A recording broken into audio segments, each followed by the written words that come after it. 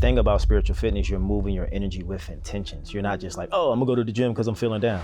No, I get to go to the gym and I get to feel better because of it, because I'm gonna get over this moment that I'm attached to based on circumstances, the world, politics, whatever it could be. And I've been thinking about this in the context of what we do at Soul Sparks Press is we're bringing these sweepingly inspirational stories to life. This is what we're creating, bringing these stories that need to be told to people. Unconditional love and support is so important in these times because we don't know why that person is on stage yelling. We don't know why this person is mad and upset. We just assuming we know.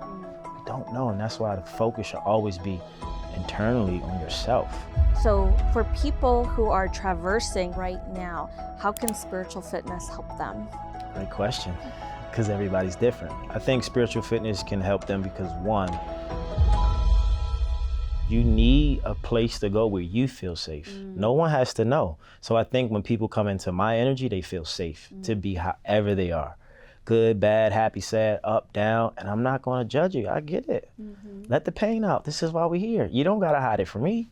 Because then when you hide it from me and from yourself, you're hiding it from the world. And then you go out, and then within your frequency, you're carrying things that one, may not be yours, two, you probably never got rid of, or three, you don't even know that are present in your body. So with the movement, with the intention, with the releasing, of the talking, all these things come out of you and you feel lighter and you feel better. And after each session, you don't even feel like you worked out, especially when I pray. Yeah. So it is. Amen. And I'm like, yeah, you just ran 2 miles or did 100 squats, but you're not thinking about it because you're so present in the moment. We're not looking at the past, we're here. And I think that's what people need to be more here. You have a few really impressive, I would say, components of spiritual fitness that are, again, things that we don't expect to happen when we're working out. Breathwork, affirmations, and prayer. These three things being part and parcel of the method is so important, but especially breathwork. Like just breathing, how that can create such a beautiful pause or a moment to connect with ourselves. How did you first really connect with breathwork and make that part of this? Well, I think it was 2020 pandemic, and I was, you by yourself. And you spend I was spending a lot of time alone in Burbank. And I was thinking like, life is in our breath, how we breathe, and in our mind, how we think. So if I'm happy, I'm breathing a certain way. If I'm sad or depressed, I'm breathing a certain way.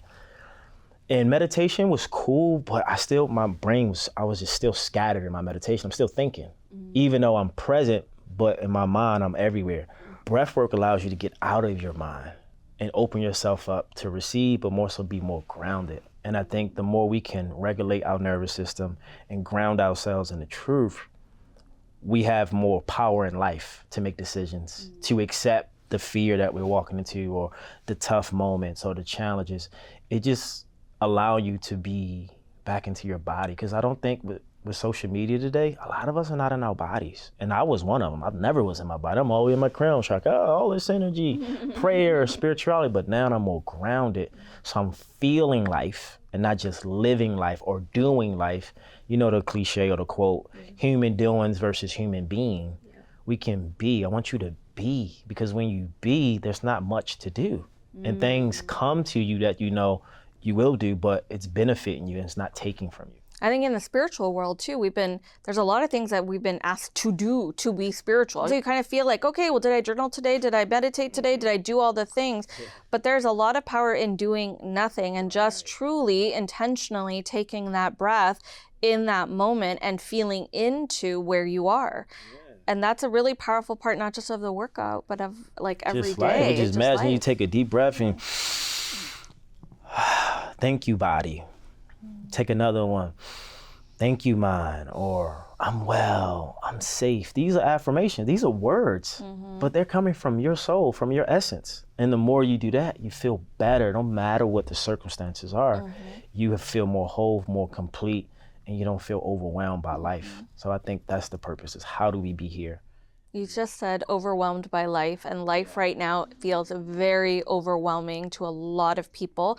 There's a lot going on in the world, and it doesn't matter which side of any story that's happening you might be on. There's just a lot of heaviness out there. So for people who are traversing that right now, how can spiritual fitness help them?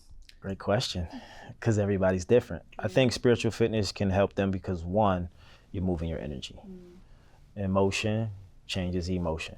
Motion changes emotion. Right, because they always say moving is medicine, but when you move your energy, you're changing your energy. But the thing about spiritual fitness, you're moving your energy with intentions. You're not just like, oh, I'm gonna go to the gym because I'm feeling down.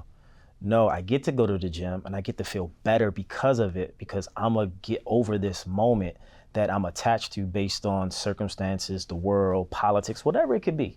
It's all emotional, and we can calm our emotions and regulate ourselves and get grounded. Those things don't have power over us. So again, spiritual fitness allows you to tap into your own power and take your own sovereignty and realize like, okay, am I feeling this way, or is the world making me feel this way? Or my peers or my parents? Is this my ideology, or is this someone projecting it on me and I'm taking it as mine? Because sometimes we take in life as it's our life. I'm beautiful at doing that. I make people mess my message. Like I didn't create the mess, but because I was so involved in people's mess or life, I used to take it on as if it was mine, and I don't have to do that. I can hold space for you. I'll hold you accountable and give you some pointers, but I don't have to take on that energy and live it with it in my body. And I think that's what we're doing in the world. We're taking on the world outside of us and taking it on the inside, and we're being responsible for what they're giving us. I don't believe that. I don't feel that. And here's the thing. Those things have been going on since the beginning of time. We've had a lot of tough periods in our history, and way before any of us were even here, right? Yeah. And we're moving through that now. And I think what you're saying so beautifully is that we get to decide how we take in what's on the outside within ourselves. Yes. And that's very beautiful. And I think it's important to know, and this is the thing I'm most grateful for living in LA and being on TV. I'm privileged because of the things I've been a part of. Traveling, being on TV shows, having high-end clients. I see a lot of things that maybe the average person might not see, or I have privy to information or access. And I realize not all of us, but the majority of people are chasing things because of what it looks like on the outside, but they don't know what it takes to even get it or what it's like to have it or hold it. So they think if they don't have it, they're missing out. Or they're projecting that this person should do this and do that based on their status or fame or platform. Everybody has a different purpose. Everyone is holding things differently. And I discovered, because I went down these rabbit holes, like, oh, come on, you're a leader, you should say this and you should do that. I'm like, won't I do it? Yeah. So I said, what is my thing? And my thing is spiritual fitness. So the more I embody that, the more I walk and step into that, then I push that out in the world, and I can help people with those things because this is part of my creation. I had a friend tell me, we were created by the creator to create. So it's good to have opinions and gossip and talk about things that's happening that's affecting all of us, but what are you creating to even help that or remove that or release that?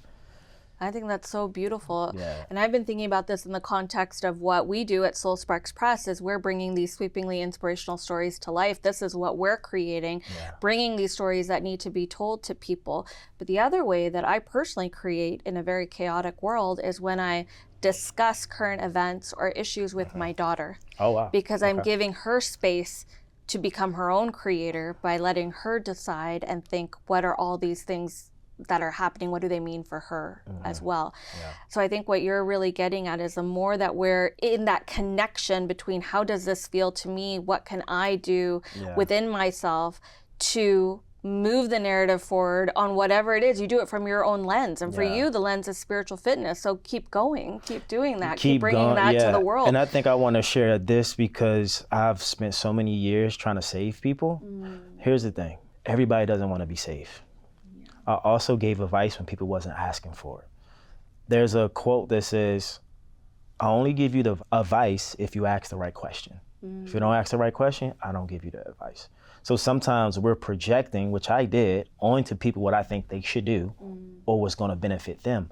They don't want that. They don't want to change. They don't want to grow. They don't want to receive. They don't want to open up. So you got to allow people to be who they are and accept and love them from that space and not how you see it because of your paradigm or your perspective or your experiences.